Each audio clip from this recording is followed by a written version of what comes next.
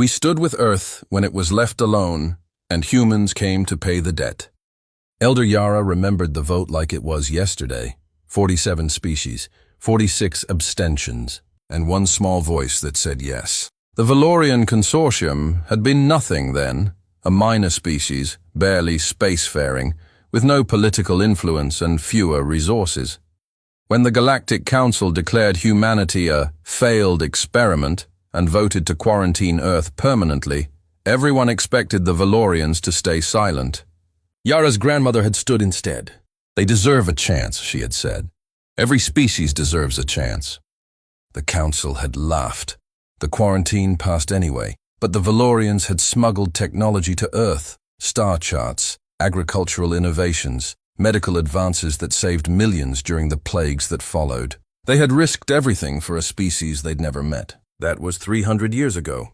Now Yara stood on the bridge of her failing flagship, watching the Dominion Armada close in. 12,000 ships against her 73, the mathematics of extinction. Elder. Her communications officer's voice trembled. We're receiving a transmission. Unknown signature. Play it. Static. Then a voice, calm, steady, speaking accented Valorian.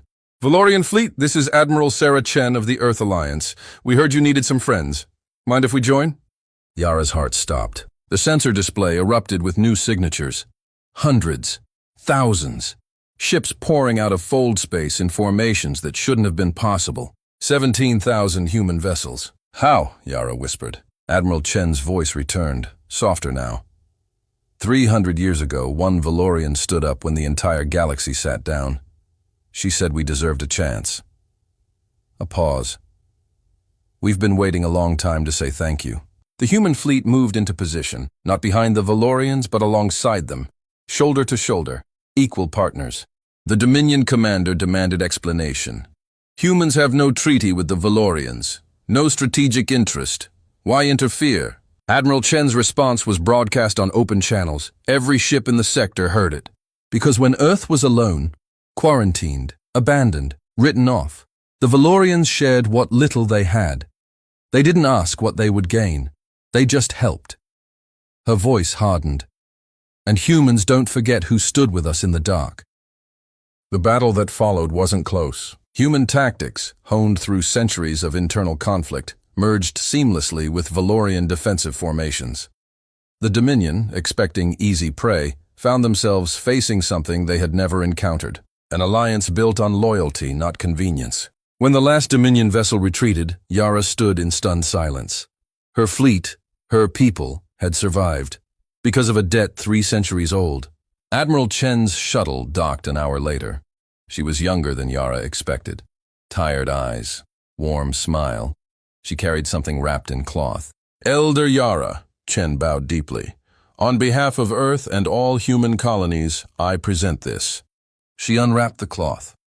Inside was a statue, small, carved from earthstone, depicting a Valorian female standing before a council chamber.